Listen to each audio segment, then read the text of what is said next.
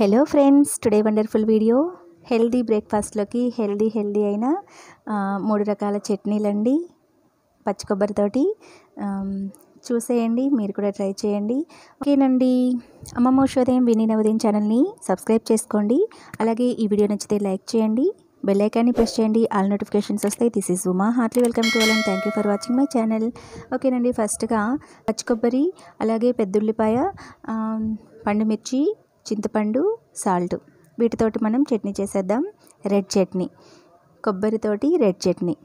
Okay, ముందుగా మిర్చిని వేయించుకోవాలి, పెద్ద ఉల్లిపాయను కూడా వేసి వేయించుకోవాలి. అలాగే లాస్ట్లో పచ్చి కొబ్బరిని లైట్గా ఒక 2 సెకండ్స్ అనమాట జస్ట్ అలా వేయించుకోవాలి. వీటన్నింటినీ మనం మిక్సీ బౌల్లోకి తీసుకొని మిక్సీ పట్టుకోవడమే. దీనిలో కొంచెం అంత సాల్ట్ అలాగే చింతపండు యాడ్ చేసుకొని మనం మిక్సీ పట్టుకోవడమే. ఓకే, ఇప్పుడు కొబ్బరి చట్నీ, వైట్ చట్నీని చూసేద్దాము. దీనికోసం పచ్చిమిర్చిని ఒక 4 తీసుకున్నాను,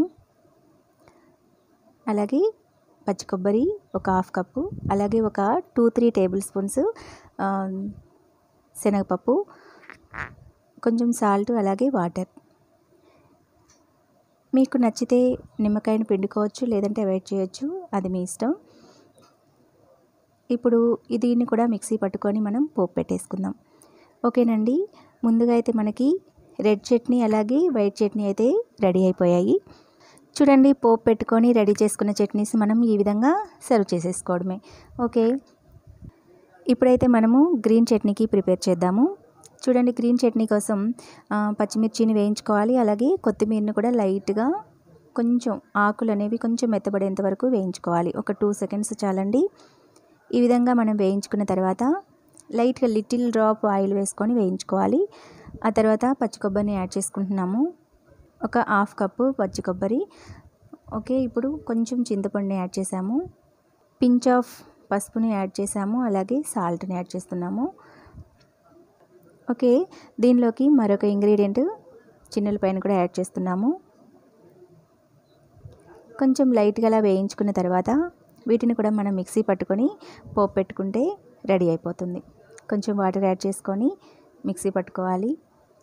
ఇప్పుడు పోపు అయితే పెట్టేసుకున్నాము. గ్రీన్ చట్నీ కూడా రెడీ అయిపోయింది.